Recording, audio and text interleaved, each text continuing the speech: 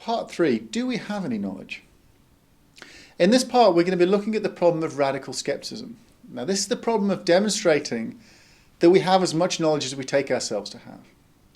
In particular, there is this challenge, it's called the Sceptical Challenge, which says that we don't know very much. And in fact, in its strongest form, skepticism, radical skepticism, says that knowledge is impossible. So we think we know lots of things, but in fact, actually, we know next to nothing, perhaps even nothing. Now, there's a very influential form of radical skepticism, which goes back at least to Descartes. On certain views, it goes back right even to the ancients, which makes appeal to sceptical hypotheses. So these are scenarios that are completely indistinguishable from normal life, but where one is radically deceived. And what the radical skeptic does is say, well, you can't know that these sceptical hypotheses don't obtain, and insofar as you don't know that they obtain, you can't possibly know anything. At least you can't know anything about a world that's external to you anyway. So a good way of thinking through what's going on here is to take a particular kind of skeptical argument and unpack it. So what we'll do is we'll look at a specific sort of skeptical hypothesis, which is known as the brain in a vat hypothesis. So this is the idea that although we think right now that we're causally interacting with others in the context of a shared world and that we're embodied people, that perhaps we're not. Perhaps our brains have been harvested. They've been taken outside of our bodies and they're floating somewhere in a vat of nutrients being fed fake experiences. So this is the brain in a vat skeptical hypothesis. If you've seen the film The Matrix, by the way, this is roughly the kind of scenario that's depicted there. Here is the question. Do we know that we're not brains in vats? Do we know we're not the victim of this skeptical hypothesis? Now, on the face of it, it seems, how would we know? How could we possibly know that we're not the victim of such a scenario? I mean, think of the evidence that you might cite for thinking that you're not the victim of such a scenario. So you might say, well, look, I can see my hands, I can feel my body, I can reach out and touch things. But of course, if you were a brain in a vat being fed fake experiences, then everything would feel the same way. I mean, you would seem to see hands, you would seem to touch things when you move your hands around in your fake environment and so on. So the problem is that these scenarios seem to be constructed in such a way that it's just impossible to rule them out. It's impossible to know that they're false. So I can't know that I'm not a brain in a vat. And in general, I can't know the denials of skeptical hypotheses. They're constructed in such a way that there's nothing that I could bring to bear which could exclude them. Right? All the evidence that I might cite against them is the sort of evidence which is called into question by the scenario itself. So I can't know that I'm not a brain in a vat. What follows in terms of my everyday knowledge? I mean, one might think, well, so what? There are far-fetched scenarios and one can't know that they're false. What difference does that make? But here's the problem. Insofar as I can't know that I'm not a brain in a vat, well, how then can I know, for example, that I've got two hands right now? I mean, think, for example, of the basis I have for thinking that I've got two hands, which presumably I can feel my hands, I can see my hands, and so on. Of course, the problem is that the brain in a vat can see and feel hands too, even though they don't have hands. Having hands is inconsistent with being a brain in a vat. So how then can it be that I can know that I've got hands and yet not know whether or not I'm a brain in a vat?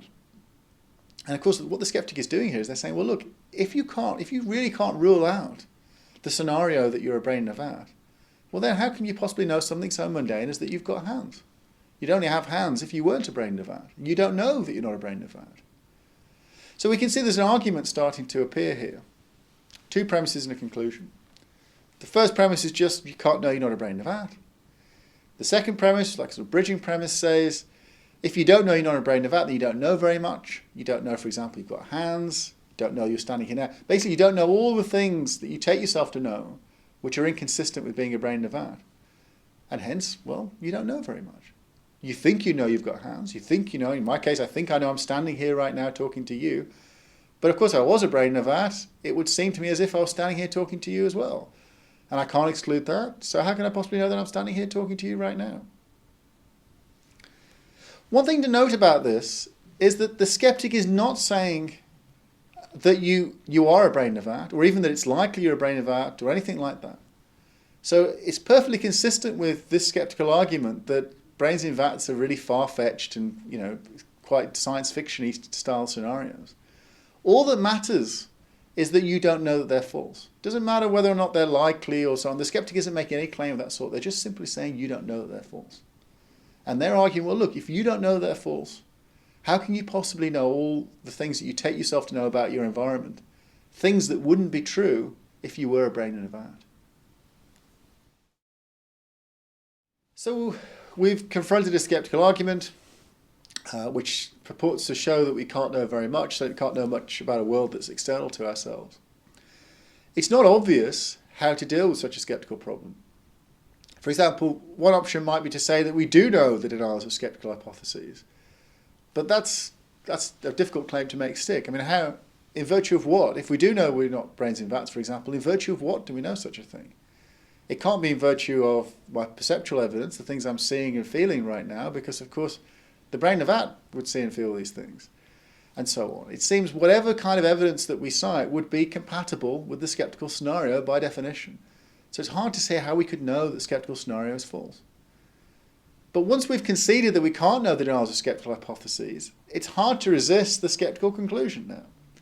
I mean, it can't be both true that I'm a brain in a vat and that I've got two hands. So if I do know that I've got two hands, then it seems I must be able to know that I'm not a brain in a vat, right? Because brains in vats don't have hands.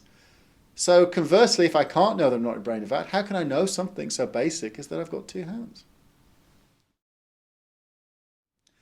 One way in which one might be tempted to respond to the skeptical problem is to say that there must be some sort of trick going on here. That maybe there's a kind of a raising of the standards. So maybe the skeptic is saying, well, to a very high standard for knowledge we don't know. The kind of standard for knowledge that requires us to rule out the possibility that we're brains in vats and so forth.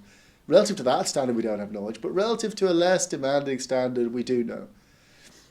I think it ought to be clear on closer inspection that that isn't going to work. The skeptic isn't appealing to high standards here for knowledge in order to motivate their skepticism.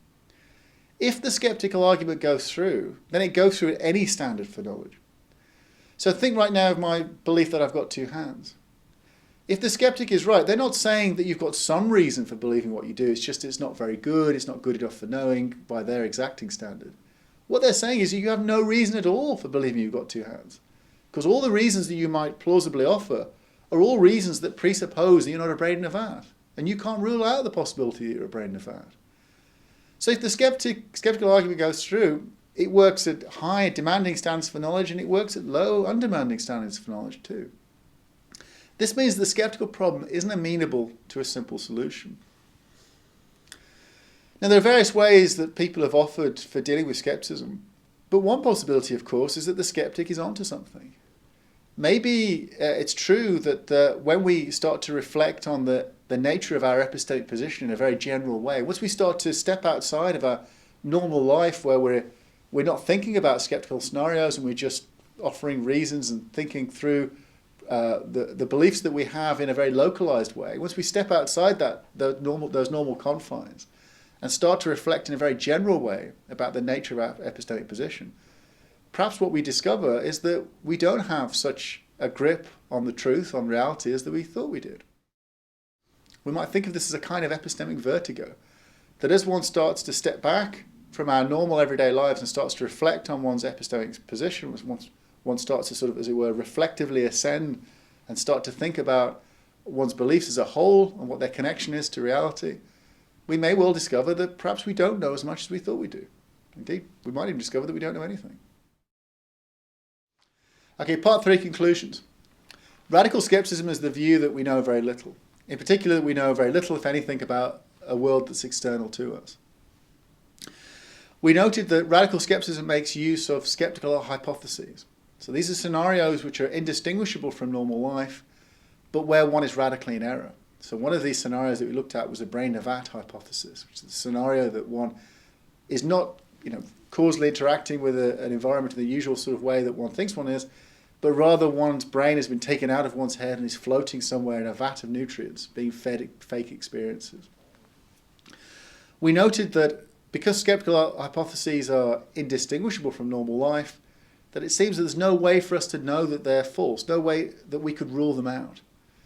And from that conclusion, the skeptic seems able to motivate the thought that, well, we don't know anything then very much about the world around us.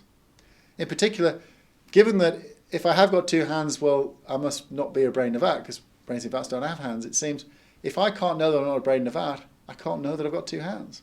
And if I don't know that, then what is it that I do know? That's the problem of radical skepticism. If you're interested in learning more about the theory of knowledge, then you may find it helpful to take a look at my introductory textbook, which is called What is This Thing Called Knowledge? And it's published by Routledge. Thank you for listening.